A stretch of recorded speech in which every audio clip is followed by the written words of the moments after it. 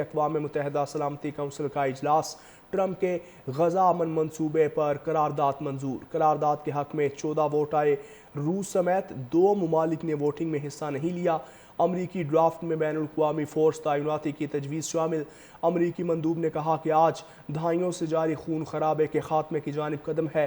فلسطینی مزاحمتی تنظیموں نے قرارداد کا مسودہ مسترد کر دیا۔ حماس نے کہا کہ بین الاقوامی فورس کا مطلب غیر ملکی مداخلت ہوگا۔ غیر مسلح کرنے یا مزاحمت کا حق چھیننا قبول نہیں کریں گے۔ الجیرین مندوب بولے، فلسطینی عوام سے انصاف کے بغیر پائیدار امن ممکن نہیں۔ فلسطینی عوام کو اپنے فیصلے خود کرنے کا حق ہونا چاہیے۔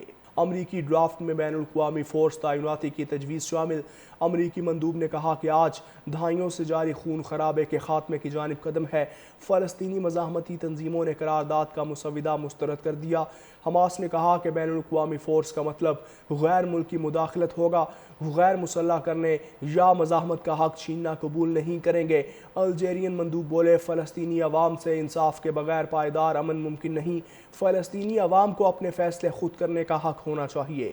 امریکی ڈرافٹ میں بین الاقوامی فورس تعیناتی کی تجویز شامل۔ امریکی مندوب نے کہا کہ آج دہائیوں سے جاری خون خرابے کے خاتمے کی جانب قدم ہے۔ فلسطینی مزاحمتی تنظیموں نے قرارداد کا مسودہ مسترد کر دیا۔ حماس نے کہا کہ بین الاقوامی فورس کا مطلب غیر ملکی مداخلت ہوگا۔ غیر مسلح کرنے یا مزاحمت کا حق چھیننا قبول نہیں کریں گے۔ الجیرین مندوب بولے، فلسطینی عوام سے انصاف کے بغیر پائیدار امن ممکن نہیں۔ فلسطینی عوام کو اپنے فیصلے خود کرنے کا حق ہونا چاہیے۔ امریکی ڈرافٹ میں بین الاقوامی فورس تعیناتی کی تجویز شامل۔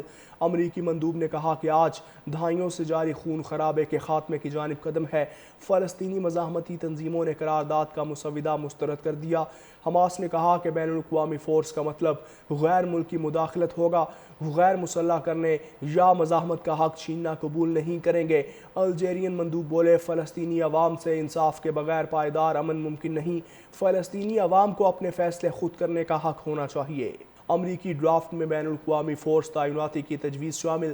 امریکی مندوب نے کہا کہ آج دہائیوں سے جاری خون خرابے کے خاتمے کی جانب قدم ہے۔